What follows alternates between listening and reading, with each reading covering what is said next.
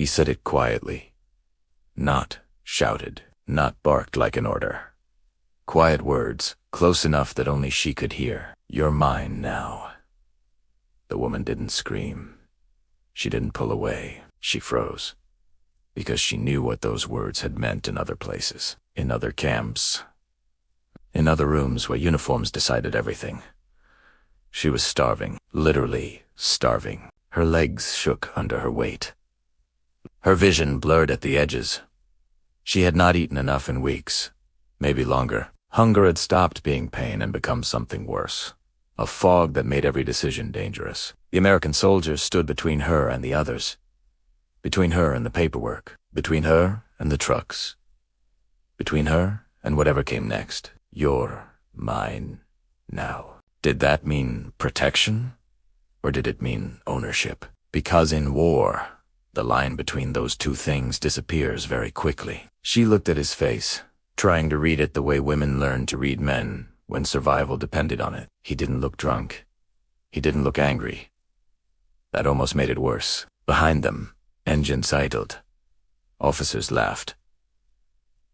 The war was ending. Everyone was celebrating survival. No one was watching this. If she belonged to him now, then no one else needed to care. And if he decided to do something, anything, there would be no witnesses. Just paperwork later. Clean. Official. Silent. She had one thought, sharp and clear despite the hunger. If I move, I die. If I don't, I might disappear. "You're mine now." Those words were never meant to be recorded. But years later, fragments would surface. Not in testimony, not in court, but in medical notes, transfer delays, reassignment orders, and a private who vanished from the paper trail at the exact wrong moment. By the time anyone realized what that sentence had set in motion, the army had already decided not to ask questions, and the woman had already paid the price. The train doors opened too fast. Metal slammed back. Sunlight poured into the freight car, like an accusation. The sudden brightness made several women cry out, hands rising instinctively to shield hollow faces and sunken eyes. They had been standing for hours. Some had stopped sitting days ago because standing hurt less. A voice shouted in English. Sharp. Impatient. "Move. Out." One at a time. Boots appeared below the door. Clean boots. American boots. Leather that hadn't known mud for months. The women moved. Slowly. Carefully. They were not prisoners the way soldiers were prisoners. They carried no weapons. Wore no uniforms. Their bodies told the story instead. Jutting collarbones, loose coats, hands that trembled even at rest. Among them was Annalise Bauer, 24 years old, weighing barely 90 pounds. She stepped down from the car and nearly collapsed. The guard caught her elbow automatically. Muscle memory then let go just as fast. Touch had rules now. Rules were watched. Or so everyone believed. Annalise's heart was racing. Too fast. The world tilted.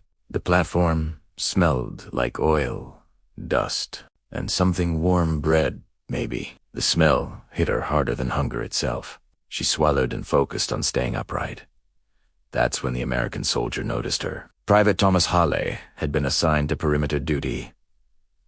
A nothing post, a place where soldiers waited for the war to end. He wasn't supposed to engage. Just watch. But he saw her hesitate, saw the way she calculated each step, saw something he hadn't expected to see anymore. Someone who looked like the war hadn't finished with her yet. Their eyes met. Just briefly. Her gaze was not grateful, not pleading. It was defensive, the look of someone deciding whether a man was a threat. That should have stopped him. Instead, he stepped forward. The intake line moved. Names were taken. Achis, Geseth. Conditions minimized. A medic muttered, "Jesus Christ," under his breath as he checked pulses. Medical intake field note, female post-exhibit, advanced malnutrition. Risk of collapse high. Annalise swayed again. This time, Halle caught her fully. Not an elbow, not a reflex. Both hands. The contact lasted 1 second too long. Enough for her to smell soap on his skin. Enough to feel the steadiness in his grip. Enough for her to realize something terrifying. He could decide what happened to her next. "Easy," he said, too quietly for anyone else to hear. She stiffened. Men who whispered were rarely safe. He should have let go. He didn't. An officer shouted for order. The moment broke. Halle released her and stepped back into formation. But the damage was done. Annalise felt it immediately. The shift. Someone had noticed her. Not as a number. Not as a buddy, as an opportunity. Minutes later, as the women were redirected toward transport trucks, Halle was reassigned on paper to escort duty. That never should have happened. No request. No justification. Just a name written in pencil next to hers. When she passed him again near the barracks door, exhausted, dizzy, barely conscious, he leaned close and spoke the sentence that would follow them both for the rest of their lives. "You're mine now." Annalise understood enough English to understand that. Her blood went cold, because ownership was not new to her, and survival had taught her exactly what those words usually meant. There was a gap in the system. It lasted less than 10 minutes. 10 minutes between intake and transport, between paperwork and supervision, between being processed and being moved. That gap was where people disappeared. Annalise didn't know the layout of Fort Riley, but she felt the change immediately when they were diverted off the main platform. The noise fell away. Engines faded. The air grew cooler, stale with concrete and disinfectant. The corridor narrowed. The light turned institutional, pale, humming, indifferent. This wasn't a place meant for people to linger. A guard ahead waved them forward, impatient. 2 women were sent left. 3 were sent right. Decisions made without explanation. Annalise was sent right. So was the American soldier. Private Halle walked 2 steps behind her, close enough that she could hear his breathing again. Controlled. Measured. Not rushed. That scared her more than anger would have. She slowed. Without meaning to, her legs were trembling now. The delayed consequence of standing too long, eating too little, surviving too much. "Keep moving!" A guard barked from ahead. Halle leaned in slightly. "Don't fall," he said quietly. The words sounded helpful. They weren't, because they carried a second, meaning she understood perfectly. "If you fall, I decide what happens next." They reached a door without markings. The guard ahead knocked once, didn't wait for an answer, and moved on. Halle stopped. Annalise stopped too. The corridor was empty now. The hum of the lights loud enough to feel in her teeth. Somewhere far away, a radio played music. American music. Cheerful and wrong. Halle opened the door. Inside was a small administrative room. A desk, 2 chairs, a metal cabinet, no windows. This was not intake. Annalise's stomach dropped. She turned toward him instinctively. Eyes wide now, fear no longer hidden behind calculation. "No," she said, in German. The word tore out of her throat before she could stop it. Halle closed the door behind them. The click of the latch sounded final. "You're not in trouble," he said immediately. That was worse. Men who said that were always lying even when they believed themselves. He gestured. "Toward the chair. Sit." She didn't. Her heart was pounding hard enough to make her dizzy. Her fingers curled into fists at her sides. She stood as still as she could, conserving strength, measuring distance. Door behind him. Desk between them. 2 steps to the handle. 1 chance. Halle noticed the calculation. It made his chest tighten. "I just need you to stay here," he said. "Just for a minute." A minute could be anything. A minute could be long enough. She shook her head violently. "No," she said again. Ladderhaller raised his hands slightly. Palms open, a gesture he'd learned overseas, meant to calm civilians. "Listen," he said. "They're rushing transfers. Medical hasn't cleared you. If you go back out there," he stabbed, because he heard it in his own voice now. The justification, the rationalization, the way men explained things to themselves right before crossing a line. Annalise didn't wait for the explanation to finish. She moved. Not fast. She couldn't. But direct. Toward the door. Halle reacted on instinct. He caught her wrist. The moment his fingers closed around her skin, everything changed. Her body went rigid. Her breath hitched sharply. Her free hand came up, not to strike him, but to protect herself. A reflex, learned the hard way. Alle Frossi.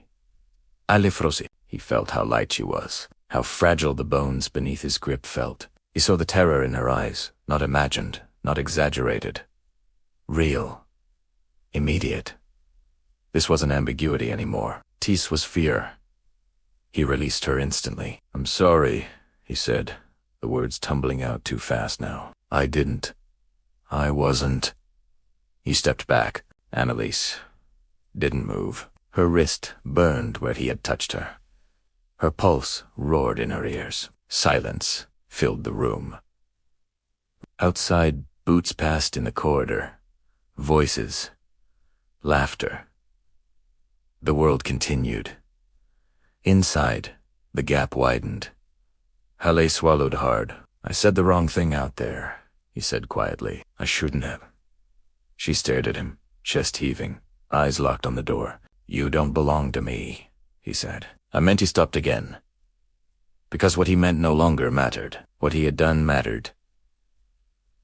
The latch on the door rattled suddenly. A voice called out from the corridor. "Halle! You done?" The moment snapped. Halle moved quickly, opening the door, stepping aside. "Yeah," he said too loudly. "She's coming out." Annalise didn't hesitate. She brushed past him, through the doorway, into the noise and light and witnesses. She didn't look back, but she felt it. The invisible thread now tied between them. Not ownership, not protection, something worse. Knowledge. Because she now knew exactly what kind of danger he could be, and Halle knew exactly how close he had come to becoming something he would never be able to outrun. As she rejoined the line for transport, Annalise pressed her shaking hand against her chest and made herself one promise. "If he comes near me again, I will not freeze." Behind her, unseen, the paperwork caught up, and the system, slow, blind, and merciless, began to notice the gap that had almost swallowed her whole. April 29th, 1945, 6:03 p.m. Fort Riley. Auxiliary holding barracks, the body remembers, before the mind does. Annalise felt it the moment she crossed the threshold into the barracks. A delayed tremor, sudden and uncontrollable, rippling through her arms and down into her legs. Her muscles had held too long. Her fear had waited its turn. Now it collected its debt. The barracks was loud in a way that wasn't noise. Breathing, shifting bodies, quiet crying that stopped whenever footsteps passed outside. The air was thick with sweat, damp wool, and the metallic temps of fear that no amount of disinfectant ever erased. She was guided to a bench near the wall. Not handled, roughly. That almost made it worse. She sat slowly, lowering herself as if the wooden slats might break beneath her weight. Her hands wouldn't stop shaking. She clenched them together, nails biting into skin, grounding herself in pain she could control. "You're safe now," she told herself. Her body didn't believe it. Across the room, a woman vomited quietly into a tin cup. Another stared straight ahead, eyes glassy, lips moving in a silent loop. 2 guards stood near the door, rifles slung casually, talking about home, about food, about what they'd do when this was all over. Annalise's stomach twisted at the sound of the word food spoken so casually. She closed her eyes, and the room disappeared. The corridor came back. The unlabeled door, the hum of the lights, the way his hand had felt around her wrist, not crushing, not violent, but decisive. That was what stayed with her, not force. Authority. She inhaled sharply, breath hitching as her heart began to race again fast, then faster, skipping, slamming against her ribs like it wanted out. No. Not again. A nurse noticed. "Hey," the woman said softly, kneeling in front of her. "Look. Me." Annalisa opened her eyes reluctantly. The nurse's face was tired, lined, human, not threatening. That helped. "Slow," the nurse said, demonstrating with her own breathing. Slow. Annalise tried to match it. In through the nose, out through the mouth. The room steadied slightly. The nurse took a pulse, frowned. Took it again. "God," she muttered under her breath. She stood and called out. "Medic." That word rippled through the barracks like a spark. Heads turned. Bodies tensed. Annelise's heart kicked harder. "Don't move me again. Don't separate me." A medic arrived quickly, already pulling on gloves. He knelt, listened, checked her eyes, her hands. "When did she last eat?" he asked the nurse. The nurse shrugged. "Some broth earlier." The medic sighed. "That's enough." He glanced at Annalise, then away the look professionals used when they didn't tea. One to frighten someone who already knew too much. "She's crashing late," he said. "Stress response on top of starvation." Stress, as if terror were a mild inconvenience. A blood pressure cuff tightened around her arm. She barely felt it. Medical field note: female POW experience in tachycardia. Likely refeeding complication, exacerbated by acute stress. Acute stress? The phrase followed her as the medic prepared a syringe. She flinched when he approached. "It's okay," the nurse said quickly, placing a hand on her shoulder. "This helps." The needle slid in. Cool fluid followed. The pounding in her chest resisted at first, then, slowly, reluctantly, eased. Annalise sagged back against the bench, exhausted beyond words.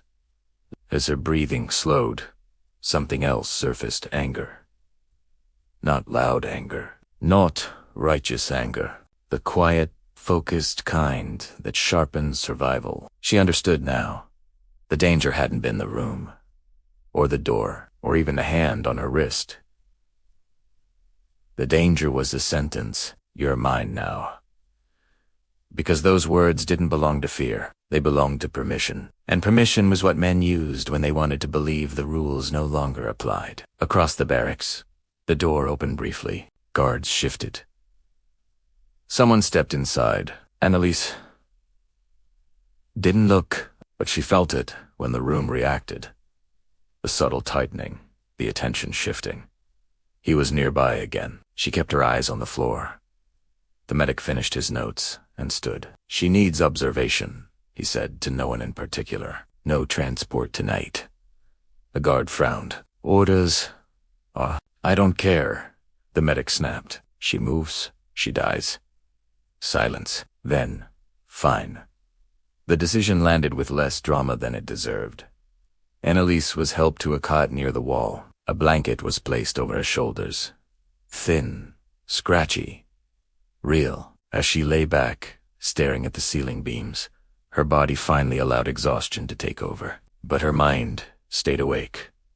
Somewhere in this camp, an American soldier was still breathing the same air she was. Somewhere, paperwork was being adjusted to explain a delay that would never mention fear. And somewhere inside her, something had shifted permanently. She had learned the most important rule of survival in this new place. Not every threat announces itself with violence. Some of them introduce themselves as ownership. Paper doesn't panic. It doesn't sweat. It doesn't hesitate. Paper simply records. And when something doesn't line up, it leaves a mark. Captain Robert Ellison sat alone under a bare bulb, jacket off, sleeves rolled, the air stale with ink and tobacco. Outside his window, the base was settling into night. Laughter drifted from the enlisted quarters. Somewhere a radio played swing music, cheerful and oblivious. Ellison hated nights like this. They were when mistakes surfaced. He flipped through a thin stack of intake forms, stopping at one page that refused to behave. Bauer, Annalise, female, POW, civilian labor attachment. Condition: severe malnutrition status, HOLD medical. The hold had been added late. Different handwriting, different pen. Ellison tapped the margin with his pencil. HM, holds cost time. Time cost explanations. He leaned back and reread the transfer log. Truck assignments. Escort notes. Reassignments scribbled in pencil, erased, then one name appeared twice, where it shouldn't have. Halle T. Perimeter. Escort perimeter. Ellison frowned. Reassignments happened. But not like that. Not without reason. Not without signatures. Epudales personnel file from the Kamana. Young, clean record. No disciplinary marks. Recently transferred from Europe. No commendations. No complaints ordinary. Ellison disliked ordinary anomalies more than dramatic ones. He reached for the phone. "Get me the medical officer on night duty," he said when the line connected, and the sergeant who signed this intake. Across the compound, Annalise lay awake. The medication had slowed her heart, but it hadn't slowed her thoughts. The barracks had quieted, the kind of quiet that made every sound louder. Fabric shifting. A distant cough. The scrape of boots outside. She kept her eyes open. Every time she closed them, the corridor came back. The door, the latch, the sentence. She tested her wrist gently. The skin was unmarked. No bruise, nothing anyone could point to later. That scared her more than injury would have. A nurse passed, checking on the others. She paused at Anelita's cot. "You're stable?" the nurse said softly. "Try to rest." Annalise nodded. Rest felt dangerous. At 9:41 p.m., a sergeant entered the barracks, clipboard tucked under his arm. His presence changed the room instantly. The women sensed authority the way animals sensed storms. He scanned the cots. Which one's Bauer? The nurse stiffened. "Why?" "Capty's asking." The nurse hesitated, then pointed. Annelise's stomach dropped. The sergeant approached her cot, stopping just short of touching distance. He looked down at her with a professional detachment. "You spoke to a guard earlier," he said. She didn't answer. "You understand English?" She shook her head. The sergeant studied her face, not kindly, not cruelly, assessing risk. "Who escorted you off the platform?" She didn't respond. He sighed and straightened. "Fine." He scribbled something on his clipboard and left without another word. The door closed. The room exhaled. Annalise stared at the ceiling, heart beginning to pick up speed again. Not enough for alarms, just enough to remind her she was still being watched. Back in the annex, the phone rang. Ellison listened, expression tightening slightly. "So the medic overrode transport," he said. "Why?" A pause. "Stress-induced tachycardia," Ellison repeated. "Triggered by what?" Another pause. "Longer this time." Ellison's pencil stopped moving. "Did the patient report an incident?" "No, sir." "Did anyone witness one?" "No, sir." Ellison closed his eyes briefly. That was worse. Incidents without witnesses didn't disappear. They metastasized. "Who was assigned to her immediately prior to the episode?" he asked. The answer came quietly through the receiver. Ellison hung up slowly. He opened Hale's file again. This time, he read it differently. Not as a record. Asa. Asa. Asa. He marked the page with a small red tab. Not disciplinary. Not yet. Just a signal. Review required across the compound. Halle sat alone on his bunk. Boots off, head in his hands. He hadn't been arrested. He hadn't been reprimanded, which meant the army was deciding. He replayed the moment over and over, the instinct, the grab, the fear in her eyes. He hadn't meant to hurt her. That didn't matter. The sentence echoed again, louder now in memory than it had been in the corridor. "You're mine now." He understood, finally, what he had actually done. He had given the system a reason to look, and when the system looked, it never saw just one person. At 10:06 p.m., Captain Ellison wrote a single line at the bottom of the file. "Guard prisoner boundary irregular. Monitor closely. No charges. No conclusions." just attention. For Annalise, it meant she would not be moved tomorrow. For Halle, it meant he would not be ignored. And for both of them, it meant the sentence spoken in the dark had crossed a threshold the army could not unhear, even if it pretended not to understand it. Morning light had no warmth in this room. It came in thin and pale through frosted glass, flattening everything it touched. The walls, the floor, the people. The air smelled faintly of bleach and boiled water. Somewhere down the corridor, metal trays clattered, followed by the low murmur of voices that sounded almost cheerful. Annalise sat upright on the cot, blanket wrapped tightly around her shoulders. She had not slept. Her body had rested. Yes, the medication had seen to that, but her mind had stayed alert, hovering just beneath the surface. Every sound had passed through her like a test. Every footstep had made her muscles tighten, ready for something she couldn't name. A nurse entered quietly and checked her pulse. "Steadier," the nurse said, more surprised than pleased. "That's good." Annalise nodded. Good had always been temporary. Moments later, another figure appeared in the doorway. Not a medic, not a guard. A man in a clean uniform, rank insignia neat and unmistakable. He did not carry a rifle. He carried a folder. Captain Robert Ellison stepped inside. He closed the door behind him.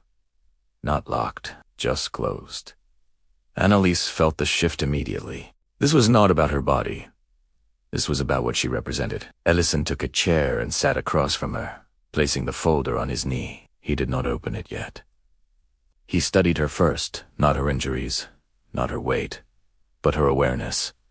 She met his gaze cautiously. "You understand some English?" he said. She hesitated, then nodded once. Ellison accepted this without comment. "Good," he said quietly. "That makes this easier." He opened the folder.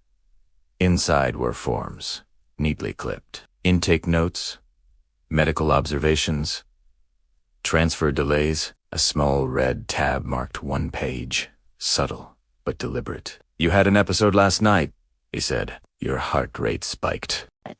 April 30th, 1945, 1:19 p.m. Fort Riley perimeter barracks orders were delivered without ceremony.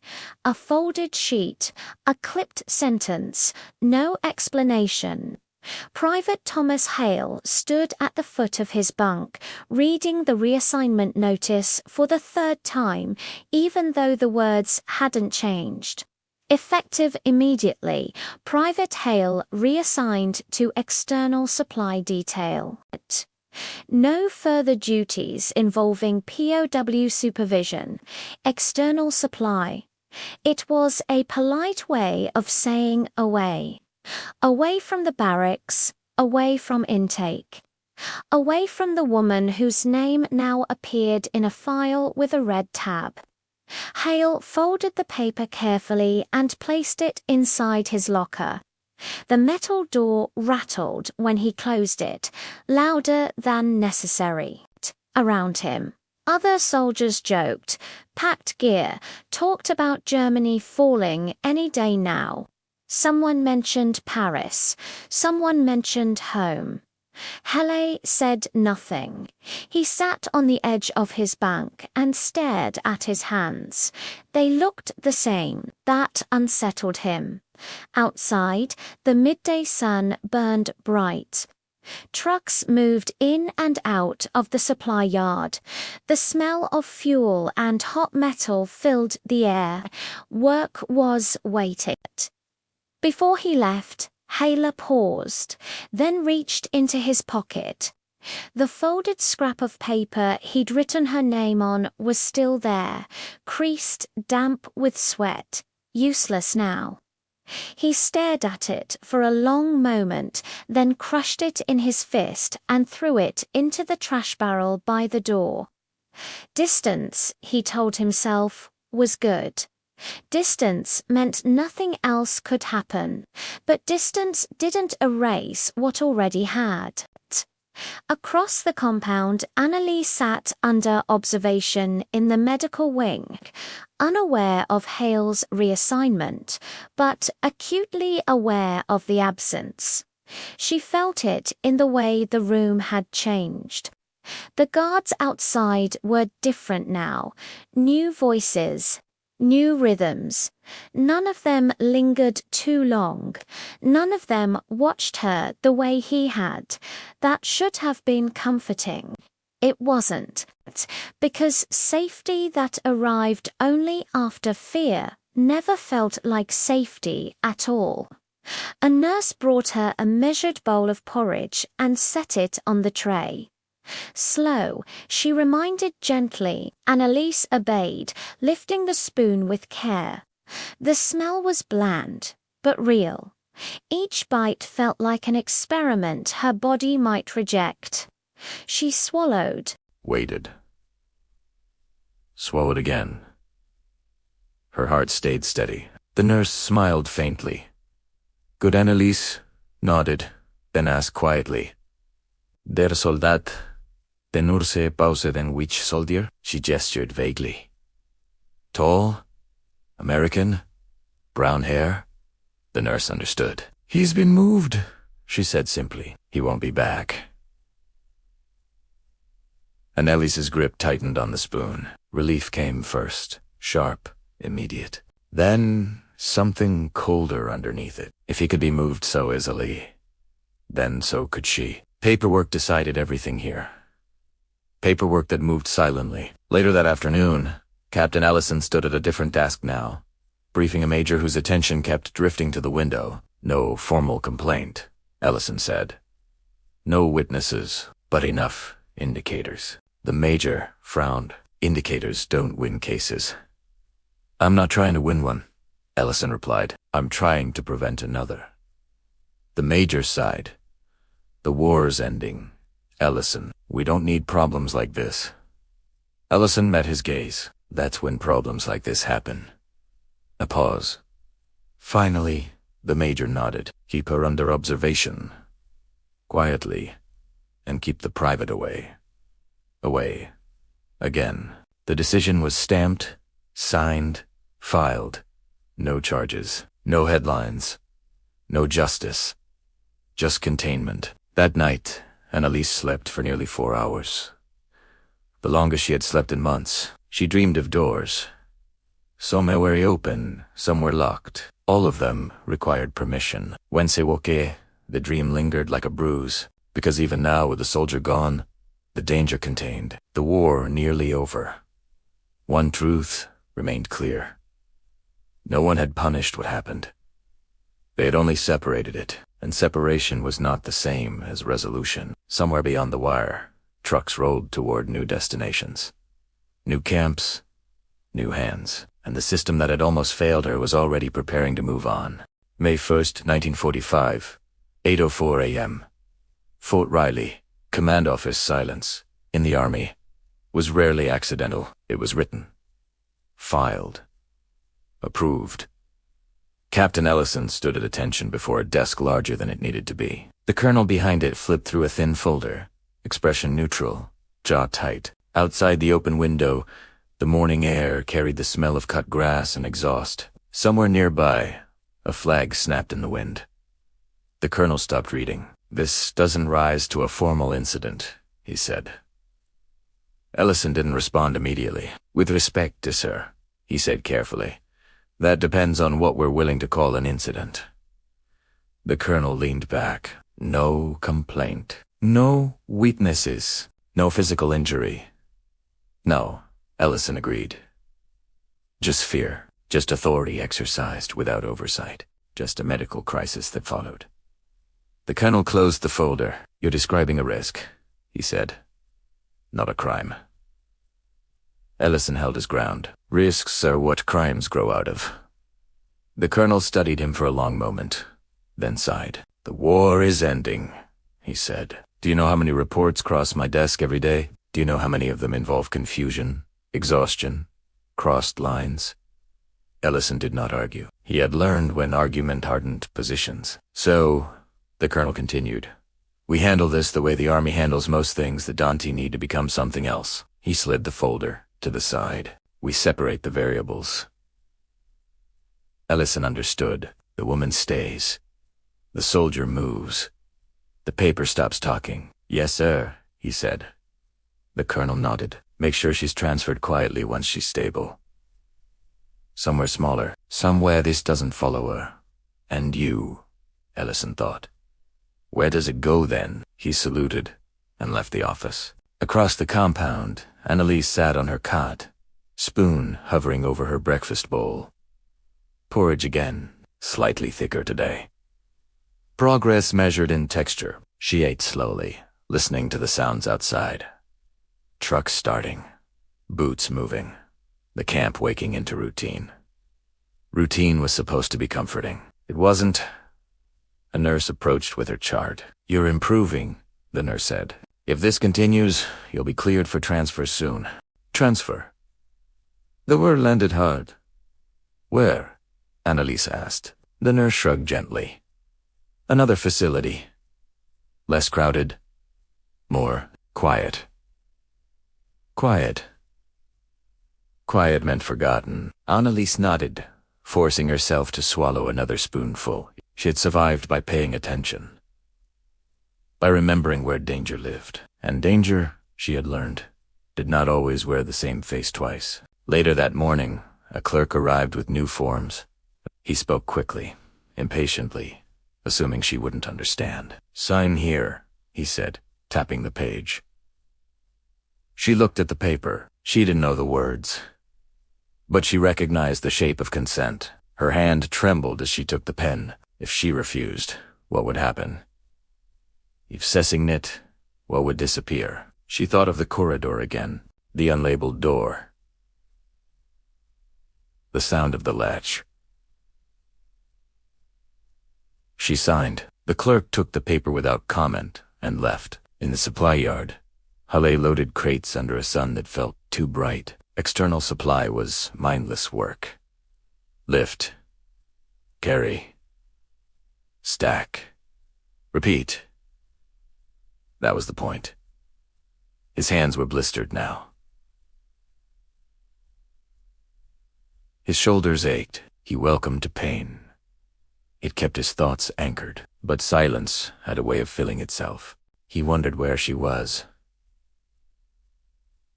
If she was alive, if she had told anyone, he told himself it didn't matter. He told himself he was relieved. Neither was true. By afternoon, the decision had been finalized. Transfer authorization effective Mai 1945 subject. Bauer, Annalise. Destination, Auxiliary Recovery Camp. Missouri, no explanation. No addendum. Hoost. Movement. That evening, as the sun dipped low and the wire cast long shadows across the yard, Annalise packed a few things. She had been given a blanket, a cup, a thin sweater. She folded them neatly. Order had always been her defense. She did not cry. Crying was for moments when something could still be changed. As night fell, Fort Riley settled into another quiet that meant nothing was wrong officially. But silence, she had learned, was not the absence of danger. It was the decision not to name it, and the cost of that decision was about to follow her to the next place. May 2nd, 1945, 5:02 a.m. Fort Riley. Eastgate, they moved her before sunrise. That was deliberate. The air was cold enough to sting, the kind of cold that woke the body even when the mind wanted to stay folded inward. Floodlights washed the yard in hard white, flattening faces and turning everyone into silhouettes with rank. Annalise stood with a small group of women near the gate, blanket wrapped tight, breath fogging the air. No roll call, no explanations. Just numbers checked against a clipboard and a quiet urgency that suggested someone wanted this done before daylight. Complicated things. A truck idled nearby, not the big transports. A smaller one. Fewer witnesses. She noticed that immediately. A guard motioned her forward. His tone was neutral, bored. That was worse than anger. Anger meant attention. She climbed into the truck carefully, muscles stiff, heart steady but watchful. The wooden bench was cold. The canvas smelled of oil and old rain. The gate opened. Metal groaned. Chains slackened, then tightened again behind them. As the truck rolled out, Annalise felt something lift and settle at the same time. She was leaving Fort Riley. She was also leaving the only place where what happened had been noticed. The truck picked up speed on the empty road. Dawn crept in along the horizon, turning the sky the color of watered-down blood. Fields passed in silence. No one spoke. Across from her sat a woman with bandaged hands, who stared at nothing. Another slept upright, head bobbing with each bump. Annalise kept her eyes open.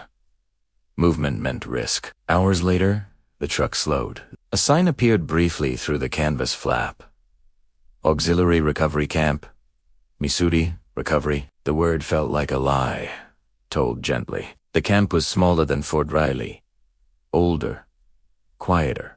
The buildings were set farther apart, the wire less imposing, as if appearances alone could suggest safety. She was processed quickly. No interview. No medical debate. Just a new number and a new cot. The nurse here smiled too easily. "You're lucky," she said, adjusting the chart at the foot of Annalise's bed. "This is a calm place." Calm places were where things were forgotten. Annalise nodded and lay back, staring at a ceiling she didn't recognize. By afternoon, her chart had been updated. Transfer complete nitrogen monoxide, further action required. No further action, the word sealed something shut. At Fort Riley, Ellison read the confirmation and placed the file in a drawer marked closed. He hesitated before shutting it, fingers resting on the folder's edge. But for the women here, nothing moved quickly. They were processed slower. Cleared later. Forgotten first. Annalise's body improved steadily. She gained weight in ounces. Her pulse stabilized. The nurses marked progress with careful satisfaction. Medical note. May 10. Subject responding well to refeeding protocol. Physical condition improving. Physical. No one wrote about the way she flinched when footsteps stopped behind her, or how she avoided narrow rooms, or how certain words mine, responsible, stay here, made her stomach turn.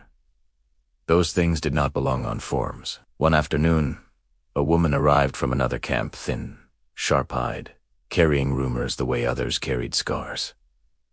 "Americans are investigating some things," she whispered while they stood in line for food. "Not officially." Quietly. Annalise felt her pulse quicken. "What things?" she asked. The woman shrugged. "Guards. Things they did when no one was watching." Annalise said nothing. That night, she lay awake, staring at the ceiling. Was that why she had been moved? To protect air or to remove a complication? She thought of the captain's words. "You are not anyone's property." The sentence was clean, official, safe. It did not erase the memory of the other one. Elsewhere, hundreds of miles away, Halle packed his locker. His reassignment had become permanent. He would not return to Europe. He would not see combat again. Discharge papers were already being discussed. No charges, no inquiry, no official consequence. But something had shifted. At night, he dreamed of a door that closed too softly, of a wrist slipping from his hand, of a look he could not unsee. He told no one because nothing had happened, officially, and nothing that didn't happen could be punished. By late May, Annalise received her next notice. Status update: prepare for civilian repatriation. Repeat. The word felt unreal in her mouth. Home existed again, at least on paper. She folded the notice carefully and placed it under a mattress, as if hiding it might keep it from being taken away. She had survived camps, starvation, movement, but survival had never meant safety.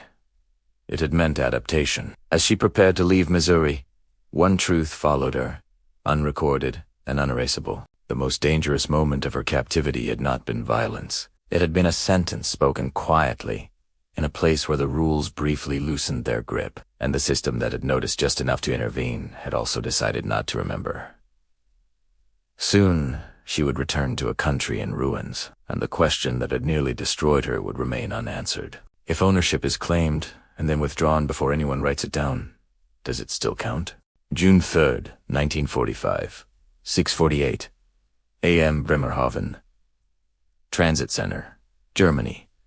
The harbor smelled like rust and wet rope. Annalise stood in line with a canvas bag slung over one shoulder, watching gray water slap against the concrete quay. Ships moved slowly in the fog, their horns low and mournful, like animals calling to each other across distance.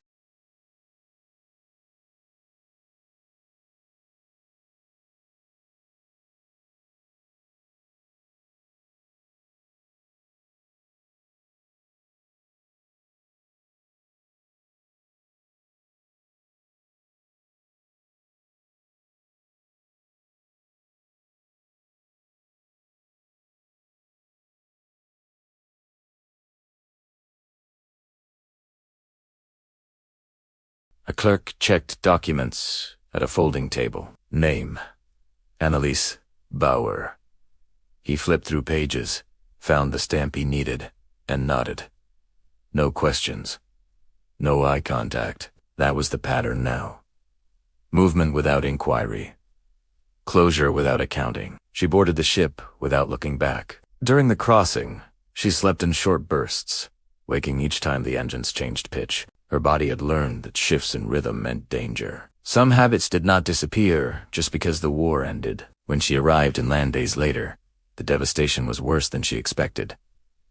Buildings hollowed out like broken teeth. Streets choked with rubble. The smell of smoke still clung to everything, as if the city itself refused to believe the bombing was over. Home was a word with very little meaning now. She found her mother's apartment building collapsed into itself. A neighbor told her mother had been evacuated months earlier, maybe east, maybe south. No one knew for sure. Annalise nodded and thanked him politely. She did not cry. Crying required a sense of finality. Over the following weeks, she learned how to exist again. She worked where she could, slept where space allowed, ate when food appeared. Her body recovered faster than her instincts. Men in uniform still made her shoulders tense. Closed rooms still tightened her chest. Soft voices still raised alarms. No one asked her about America. No one asked what happened between the train and the ship and the signatures. Why would they? There were bigger horrors, louder ones. Ones that left bodies and ruins behind. Across the Atlantic, the Army finished closing files. Captain Ellison reviewed his desk one last time before transferring out of Fort Riley. He paused over a familiar drawer, fingers resting on the wood. He did not open it. Some records were safer sealed. Halle was discharged in August. He returned to a town that celebrated him quietly. He worked.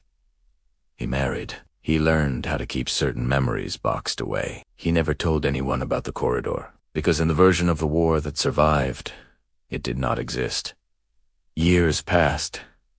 Annalise married to, not for love at first, for stability. Love came later, carefully, like a language we learned from scratch.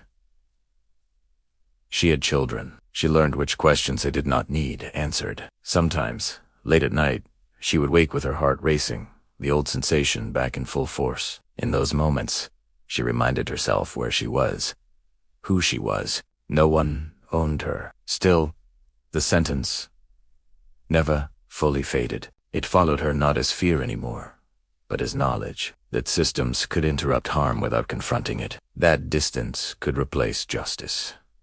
That silence could be policy. Decades later, when historians spoke of POW camps, of liberation, of American restraint and German suffering, her story never appeared. There was no file to cite, no complaint to quote, no incident to analyze, only a delay in a transfer, a reassignment, a medical note about stress, and a sentence spoken softly, in a place where power briefly went unsupervised. The war ended, but for Annalise Bauer, the question lingered long after victory parades faded from memory.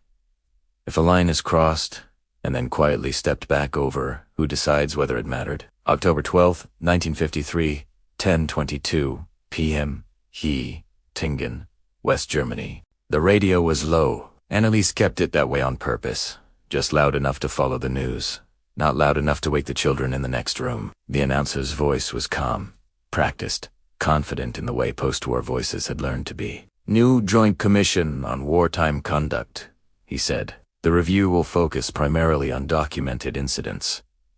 Document it. Annalise sat at the small kitchen table, hands wrapped around a chipped mug. The tea had gone cold. She hadn't noticed. Across the table lay a newspaper, folded open to an article she had read twice already. Photographs of men in uniforms, testimony excerpts, dates, places. All of them loud, all of them undeniable. She traced a crack in the tabletop with her finger and listened. The commission would review records, interview witnesses, assess responsibility. Everything required a starting point. Her story had never had one. No report, no complaint, no witness willing to say. This almost became something else. That was the problem with almosts. They didn't survive archival logic. The radio continued. Incidents without corroboration fall outside the scope. She turned it off. Silence filled the kitchen, the safe kind this time. Domestic. Predictable. Her husband stirred in the bedroom, but didn't wake. She stared at the dark window. Her reflection faint and unfamiliar. She was older now. Stronger.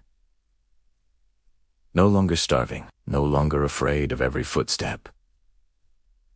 And yet, there were moments when her body remembered faster than her mind could reassure it. A man blocking a doorway, a hand on her wrist, even playful, even accidental. A voice lowered instead of raised. She had learned to manage it. Learned the difference between danger and memory. But memory was persistent. She thought, briefly, about telling someone. Not the commission. Not the newspapers. Just someone. Then she imagined the questions. Why didn't you report it? Why didn't you scream? Why didn't you run? She exhaled slowly. Because survival does not look heroic from the outside. It looks like stillness. Calculation. Endurance. Across the Atlantic, the Army archived more files. In a climate-controlled room, a clerk slid boxes onto shelves, their labels clean and definitive. Wars reduced to inventory. One box contained transfers, another reassignments. Another medical holds, no box contained intent. Private Thomas Hawley appeared nowhere unusual in those records. Captain Ellison appeared exactly where he should. The system had performed correctly. That was the verdict. Years later, a historian would note a pattern, not in cases, but in absences. Women moved quietly. Guards reassigned quietly. No escalation. No scandal. He would write in the margin of his notes, possible preventative action taken before incident. He would not be wrong.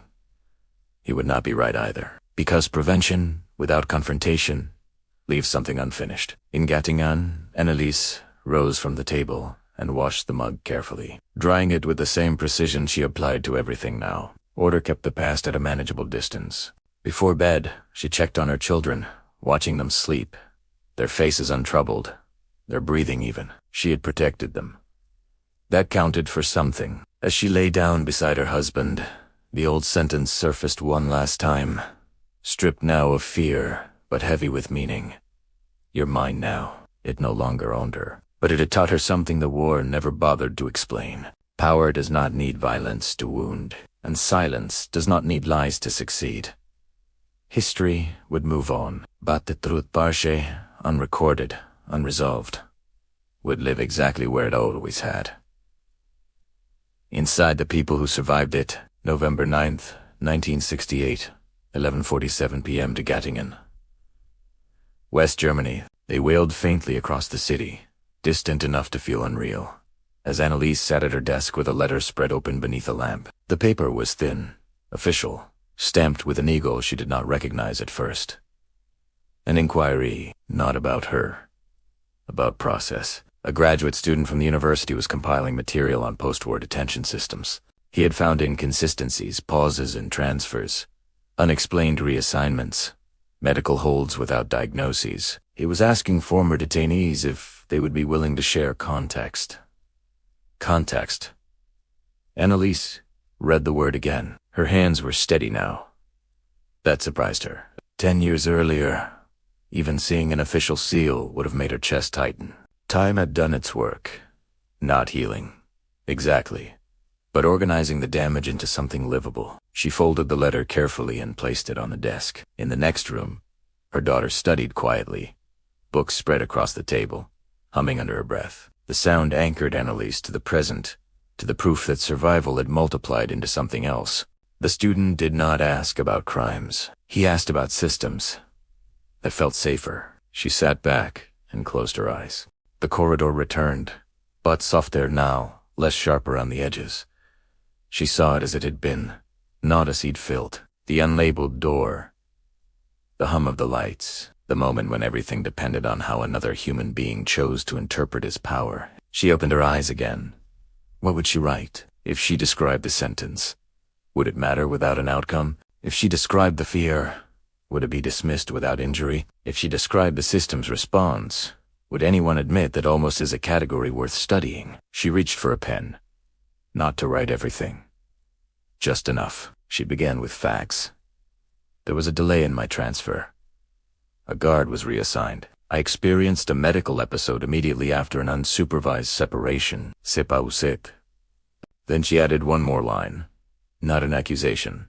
Not a confession. A sentence was spoken that changed how my body understood safety. She stopped there.